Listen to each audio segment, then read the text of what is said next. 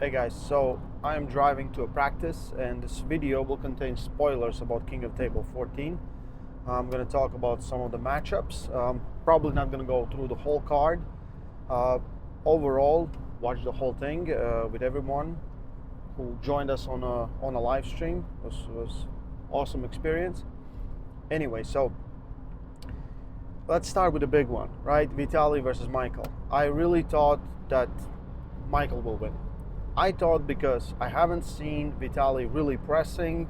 Vitali was very confident in just doing what he does. But like Vitali is super impressive. He lost his hand very, very early.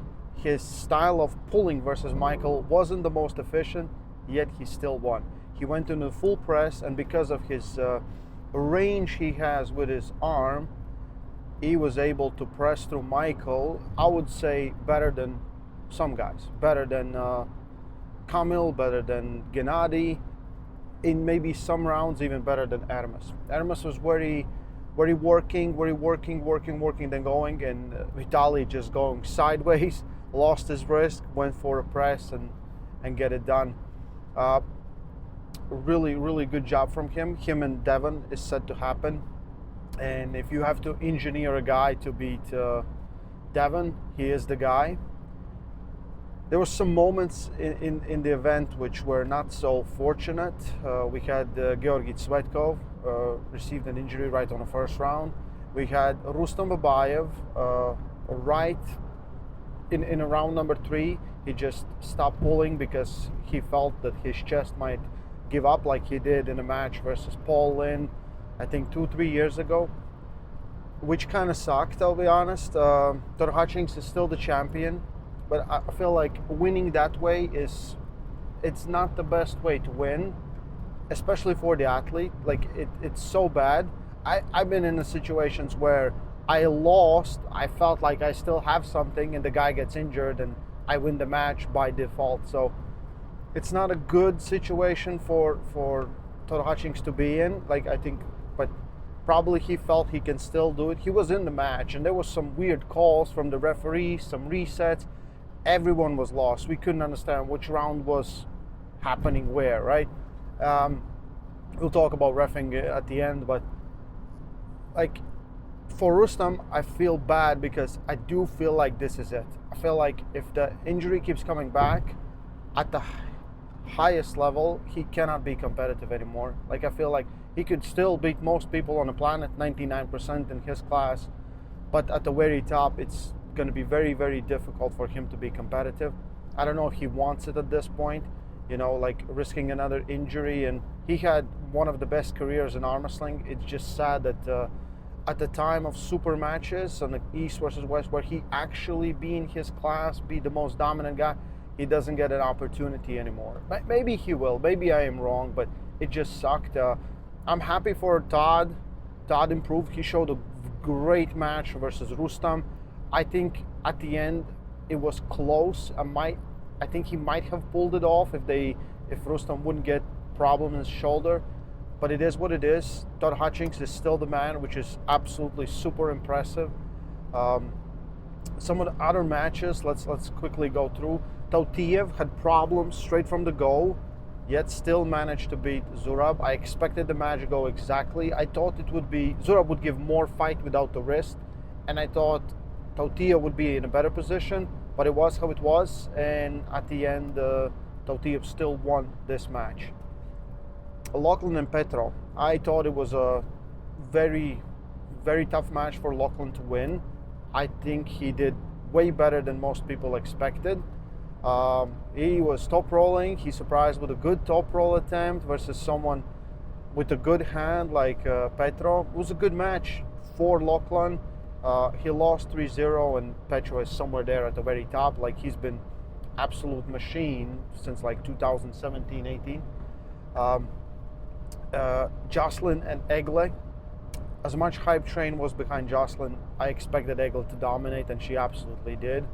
I would think even more than I expected in some ways, but yeah, 3-0 for her. Matt Mask and Nugo.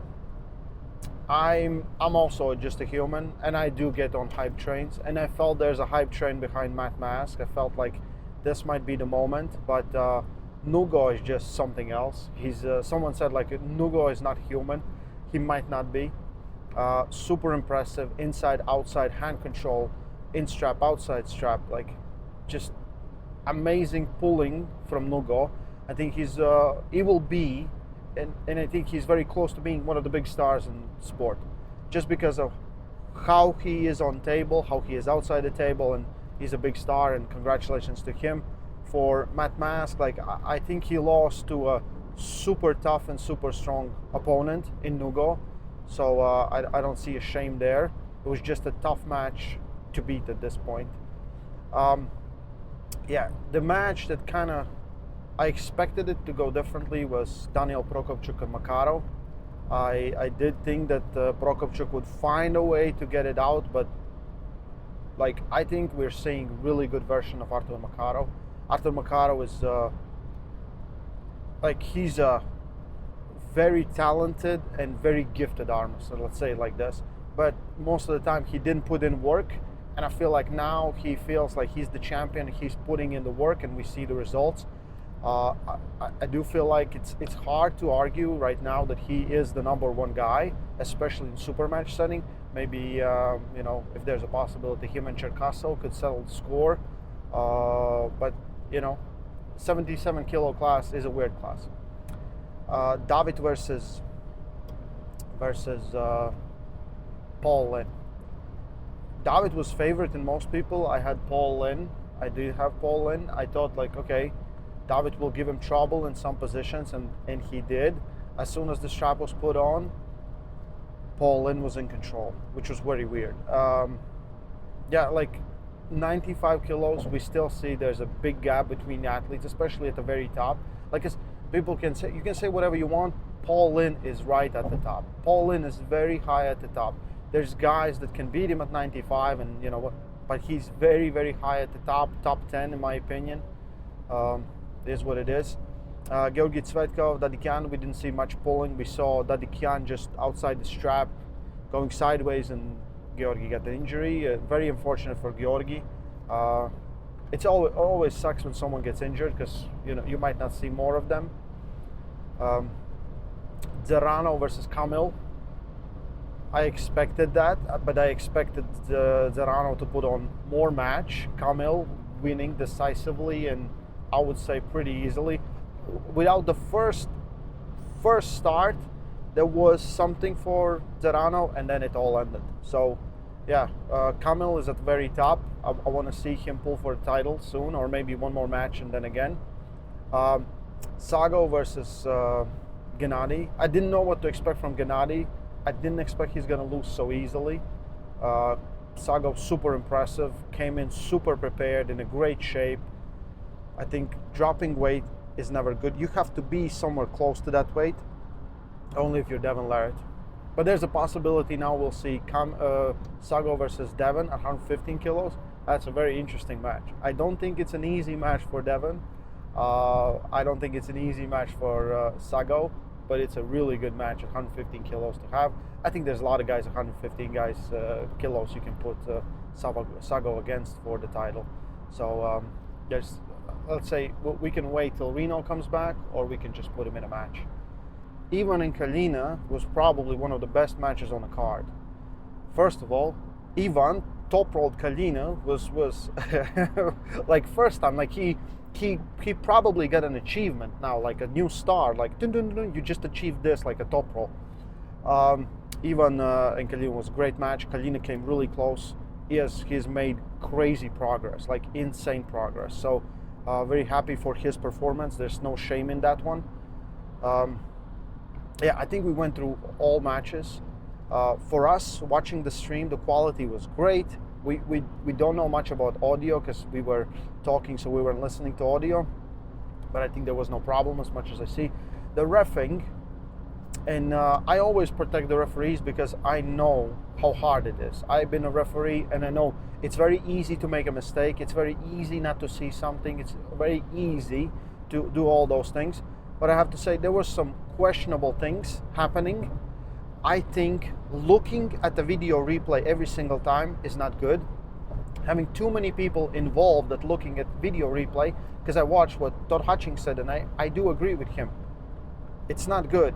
I think there should be a limit how many times you can look at it and who's looking at it. I think there should be a main ref that just all he does is look at the video replay. And if there's a crazy big mistake from a referee, he should intervene, right? And there should be times when you contest it. Because in arm wrestling, like every time if you want to contest something, you can always find something. And there was like, elbow was not moving off the pad, and then suddenly it was like, I know how hard it is for refereeing, but there was definitely problems with refereeing right there. I don't know. Arm wrestling needs to improve. I don't know, either new pads, different layouts, different rules, something. We need to fix this. More matches should end on arm wrestling than on fouls. I think that is the biggest issue we have right now.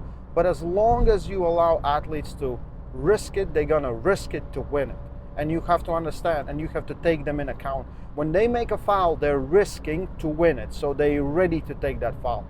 Sometimes there's gonna be weird calls, and it is useful. It is usual, and everyone kind of used to this at some point, at this point in arm wrestling. But yeah, I don't know.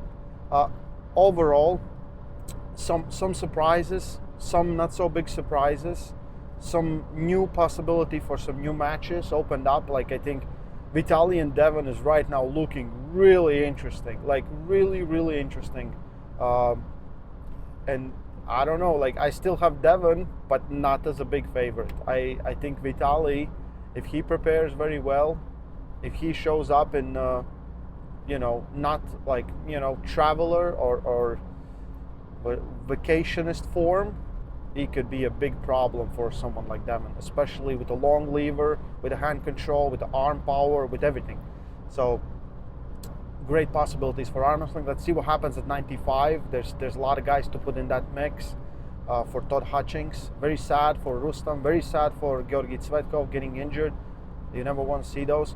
I kind of wanted more from women. I expected if Jocelyn would show up and shock us all and really like shook the world of arm wrestling for heavyweights. But like Eglaze, she's a legend. Like people keep forgetting because she wasn't so active. She was so good at some point, she didn't train and just showed up and beat everyone.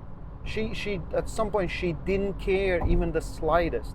She was that good, and she's still that good. And if she puts in training, she's right there at top 3, top 4, super heavyweight, like let's say overall women. So it's a very tough match for Jocelyn. She will improve. Like I hope there will be some encouragement in this, motivation in this.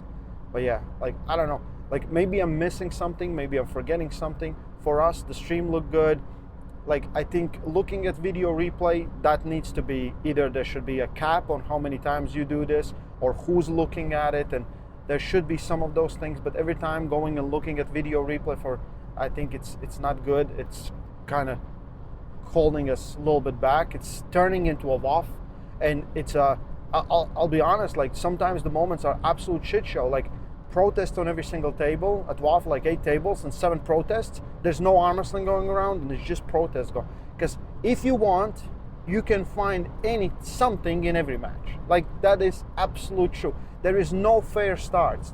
It's so rare when someone will actually start right together at the goal, when there is no infringement or anything, So either we make it super strict and very boring, or we figure out a way. I don't know. Like we've been trying to fix this for good part of 2-3 decades. So we will see. Anyway, guys, I enjoyed King of Table 14. Hope you did too. Stay strong. Love arm wrestling. Keep your eyes on the road.